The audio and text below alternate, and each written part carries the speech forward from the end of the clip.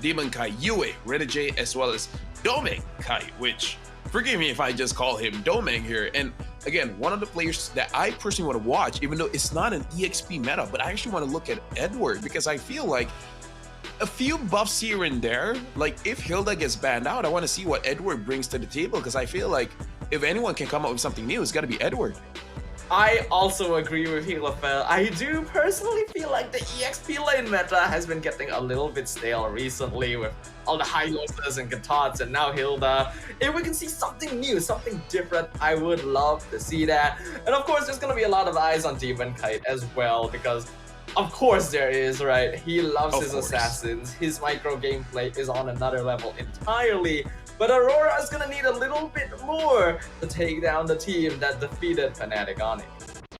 Something to talk about here where maybe we can even bring this topic all the way to tomorrow is that is Chip really a viable ban nowadays? Because as far as I watch SPS, the few teams that let go of Chip actually has been winning.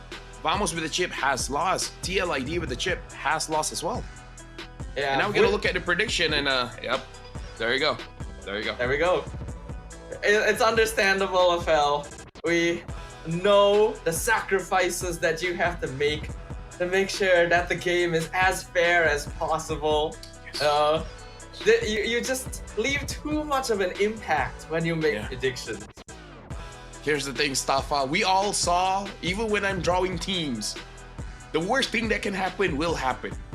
To the point we asked the Deputy Minister of Youth and Sports to do it for me. So, you know what? I humbly respect the integrity of the Snapdragon Pro Series, and I choose not to vote. We thank you so much for your sacrifice. Well, we're gonna be jumping into game number 1 here, folks. Aurora going to have first pick, RRQ second pick, and Aurora do actually decide to ban Hilda and Chip, despite having first pick.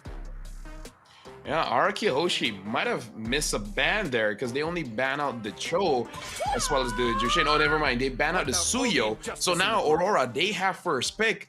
Now, we do have to see Matilda gets picked up. Now, I have a personal feeling about Matilda. I feel like Matilda is still a very strong hero, but you're not as aggressive as before because the HP changes really made it so that Matilda is very squishy. Like, true to the name of a support and assassin, right? You don't feel like opening up the map anymore. Yeah, she still has insane early game presence and utility, but it is not quite as heavy-handed as it used to be in the past, where you just completely destroy early game, especially with heroes like Hilda and Khalid, for example, being picked up more often now. This time RQ will be opening a little bit safer with the Valentina as well, who we already highlighted earlier. This hero has been getting a new lease on life. Oh yeah, I feel like Rins on the Valentina can really impact the game because number one, Valentina affects the draft. It makes it so that you're more aware of your roamer pick as well as your mid lane pick because usually Valentinas pick up those big ticket ults, right? And having this Khalid is actually a very good answer against the Matilda because again, Matilda's HP has been dropped as with every other hero in the game, and this makes it so that the Khalid has a better chance of fighting that Matilda. Now Aurora, they pick up with Alpha, one of the most banned as well as highest win rate as well, and the Moskov. The Alpha makes a lot of sense because Matilda Alpha as well is a really potent duo in the early game. So if you have a Khalid to deal with, having Matilda to pull you in and out of fights, along with Alpha's consistent DPS, you should be able to come out just fine. Though the Moskov maybe doesn't need to be prioritized as early here because that'll allow RQ to instantly counterpick with the Brody. Something to watch out for, Staffa, because now we're seeing teams prioritizing the Malefic Gun, right? I feel like Brody, your initial item is the Malefic Roar, but now since you can go for the Malefic Gun, I feel like he can win the lane a little bit more. So yes, I feel like this Brody pick is going to be pretty good. But the same thing can be said about Moskov. Once he finishes his Trinity item and then he finishes off with the Malefic Gun, it makes it so that this Moskov, one of the weaknesses for the Moskov is that for you to deal damage, you have to take damage. Now maybe you're going to save their position. Yeah, I personally am a huge fan of the changes they made to Malefic Gun because this item was just dead before this patch Oh, yeah, dropped. dead. There was never any reason to build it because Marksman already needed so many other items to do the damage they needed. But it being a solid alternative to Malefic Roar instead while offering different utility is great. And like you mentioned, both Moskov and Brody like to build that Malefic Gun, though Brody a little earlier than Moskov. Yeah. So that determines a little bit of the power spikes we'll see in the lane. Yeah, for sure. Now, Arkeoshi, honestly, the first 3 picks for them screams aggression. And Aurora, the first 3 picks for them is actually playing the macro game because Moskov is an amazing side laner. You can clean up the waves very, very fast. And if bad things happen, he can just ult the wave. If he hits target, he'll be safe. Having the Matilda as well as the Alpha shows that you want to contest those turtles, those lords. So we can really start to see a difference in mentality when it comes to the draft here. Arkehoshi, they want to fight. Aurora, they want to secure those objectives without trading a lot. I think that's a smart way of avoiding it because previously we saw RQ as a pretty aggressive team, but I feel like Fnatic on it kind of did something similar where they wanted to either fight them that was in game 1 and then in game 2 try to lead more into a late game playstyle, and either way really ended up working. RQ gonna get a lot of junglers banned against them, including the Fredrin, which really doesn't see a lot of play anymore. Although, I feel like the reason they banned the Fredrin was they were very suspicious of this Eve ban. Because nothing in Arkeohoshi's draft screams, we can't fight an Eve. So I kind of feel like this kind of showed their hand a little bit too much, or you're banning out the Eve, we're thinking you might want a Fredrin, so we might as well ban out the Fredrin. So honestly, very smart ban here by Aurora. And Arkeohoshi, they follow up with this Gato Kacha, still hiding who's the roamer and who's the EXP laner. Yeah, leaving things until the very end. Sorry, that's my the cat. Jungler especially. I didn't actually hear your cat. Okay, cool. Alright, cool. What if I want to hear your cat though? Well, give it time. Give it time, you might be able to hear it. Now, Aurora, they already have a very solid comp. If they want to give, I feel like they need a little bit more crowd control, and they bring down the Vale. The Vale as well as the Edith. The Edith, again, crowd control, but the Vale as well, which has been buffed a little bit. So this is new for sure. Yeah, we saw Vale once throughout this tournament so far. I can't remember which team did end up picking it, but it wasn't the most effective. And because Fanny was led through the fan phase entirely, which is quite a surprise. You would think that teams would catch on that in the second phase, but nope. Sutsujin gonna be playing the Fanny here. And that means that Vale is actually in a lot of trouble. Staffa, I already have a bias towards Arkeohoshi's draft. This level of aggression, they move faster than Aurora. So I can see the draft working for Aurora, but Arkeohoshi, they want to fight as fast as they can, and they can. Yeah, basically Aurora is going to need to try and hold the early game a little bit because I actually think they have a little bit more damage overall once you have those first or second items. But if this Fanny gets going, we've already seen what this hero can do, especially since they decided to buff her for some reason, making her a little less reliant on the purple buff even. So yeah, I guess we'll see what happens as we jump into the Land of Dawn for game number 1. Staffa, they nerfed the Fanny because, get this, she has a low win rate. Yes. Yes. I would know. She definitely has a low win rate when she's on my team. Oh yeah. I mean, there's a big difference between rank play and tournament play. But now we're again talking about the game here, jumping on a game, a lot of bursts coming in from Arkeohoshi, which I personally theorize that burst is the name of the game for this current patch because again of the HP changes and the changes in the items. Looking at the build here, looking like the Fanny, picking up attack speed to make sure that she clears the farm faster. The same can be said about Alpha. And we see that Yue having the tenacity, I'm sure it will help. Not sure how much it will help. A little bit. In fact, it's not just Yue. 4 members of Aurora had tenacity, so they understand RRQ is going to have a lot of burst, a lot of early game presence, and their goal is to just survive it. Because if they're able to hold out a little bit into the mid to late game, Dome Kite and Edward actually both scale pretty well, and they should be able to out DPS RQ as long as they're not too far ahead. Yeah, now we can see Susujin already getting knocked out. Going in the mid lane, Susujin trying to follow up on Demon Kite. Unfortunately, not able to land the final blow, and there'll be no kills so far. Yeah, Renegade taking some damage coming in from Rins. And personally, Staffa, I gotta say, where I'm pretty sure Aurora, what they want to do is win the turtle and then eventually invade the jungle.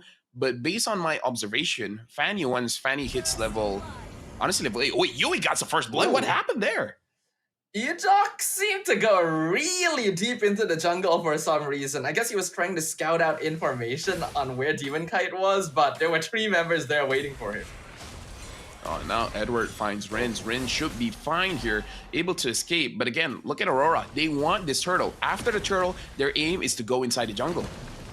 Up, and looks like Spirit of Alpha is going to connect on one. That's going to be the ultimate from Vale as well. Instantly bursting down Edok. Here comes Susujin. Dairen very, very low. Survives for a while, but not long enough. Susujin trying to chase down Yue, but he's able to flicker away. And because RQ is left in a 2v4, they're going to have to surrender this turtle away. Susujin, in fact, going to be disrupted from recalling again, and Renegade goes in for the KO on the Fanny. This is a big win, a big win for Aurora. This is what they want to do. They want to win turtle, and then eventually they want to start controlling the jungle. And speaking of controlling, they instantly control Edok, not even allowing him to respawn before he is just one-shot in his own side of the map. So now that Aurora has basically denied RQ Hoshi of the early game power spike with the amount of burst damage that they have, they're looking at a better spot here. So what they have to do is play a little bit slow, play for the second turtle, and then eventually get inside the jungle as well. But the thing about the Fanny changes is that I feel like at level 8, okay, Edok got a kill onto Domenkai, but once Fanny hits level 8, even without the purple buff, it is punished, but not that big of a punish because of the changes of the energy. Yeah, she got an extra 2 base energy regen. Oh, Demon Kai getting pulled in with the Guiding Winds. Looks like he will not commit Spear of Alpha since Rins was already under the tower. But Aurora so far doing a very good job of keeping things up. They're gonna again invade. Edok not having a good time. Killing spree for Demon Kite. Oh, and they're still going. Avatar the Guardian comes in. Susujin wants his purple buff. Demon Kite wants the same. Circling Eagle gonna knock out 2. Not too sure who actually got it, but Susujin doing a lot of damage. Shuts down the Alpha and finally punishes Aurora. Yeah, but it's still okay because 40 seconds is the timer for the next turtle. So Aurora, they were punished, but they weren't punished that bad because even though Araki Hoshi got a kill, they won't transfer that kill onto objective. So Aurora had to take the risk there, where if they get a purple buff, then good. But even if they don't, they won't get punished that much. Sure, the jungler died, but worse things have happened before. Speaking of the jungler, Susujin looking for another purple buff, goes in, ults Renegade, forces out the Circling Eagle, actually returns to come back again, not able to steal the purple buff. Demon Kite still able to grab it, but he had to use his Retribution. Yeah, Skylar's first item is the Malefic Gun, so again, looking to win the lane. But so far, Domenkite actually has been playing the lane very well. I've been looking at his HP, and it hasn't been fluctuating a lot, so he's not interacting with Skylar at all. Yeah, the only time he got picked off was when Edok actually got a pretty good timing gank when he was pushed up. Other than that, he's been able to lane against Skylar very well. Turtle at 40%. Oh, Flicker Earth Shatter finds one, but here comes Susujin from backline. He steals it away, but the Spear of Alpha connects with 2 members of RQ Hoshi. Here comes the Primal Wrap coming out. Edok actually able to survive with Quicksand Guard, and the Avatar Guardian being used by Dairen to escape. Edok not so lucky himself. This is a good trade coming in from RQ Hoshi. Only losing 1 and getting a turtle, it's actually very good. But now Aurora, they still want to continue the game plan. They want to be able to contest this purple buff, and they're able to get it. Demon Kite actually secures it, so never mind. The advantage shifted over to Aurora. Susujin did use his retreat to get the turtle earlier, so Demon Kite was able to secure the purple buff without too much issue. The net worth lead now actually even between both teams, but we already mentioned if Aurora is able to keep themselves in until the mid game, they are actually the ones at an advantage. So here's the tricky thing, Staffa. I agree with you. Aurora has the better late game because Dominkite on the Moskov and Yue on this Vale, they skill very, very well. Vale is one of those unique heroes with more levels, you get much, much stronger. But Arkihoshi, when it comes to the burst damage, if they're able to get the key targets, then it really doesn't matter. So honestly, the late game here is more dynamic. That is true. Skylar in trouble. Circling Eagle finds his Spirit of Alpha actually connects even with Edok trying to stop him. Demon Kite gets one kill. Avatar Guardian knocks up the Alpha, but this is still a 3v4 situation. Guiding wins, lets Demon Kite back out for free, and now they're going to be pushing down bot lane. Well, as I was saying about Aurora, I guess the same thing can happen with RQ. If Skylar gets taken down, then oh, GG. Oh, Yue taking a lot of damage. Yeah, Rins took half his HP from the Vale ult there, but not quite enough follow-up. Dominkite, not enough items yet to really dish out that damage. But Aurora controlling the map. Oh, they ran into the wrong bush right there. Two-man Spirit of Alpha. Dyron surviving with the Revitalize, and Sutsujin comes back in. In fact, they're able to turn it around and take out Demon Kite instead. Yeah, Demon Kite gets taken down. That's a big deal. That's a big deal. And now Arkihoshi, it's funny when you look at the kill score, it's 8-3. But again, the goal is really not that different. Looking at the damage leaderboard here, Yue just got Sutsujin. How does that even happen? Vale is supposed to be food for Fanny, but turns out it's the opposite if you are a player like Yue here. The game state actually still very even right now, and that's exactly how Aurora wants it.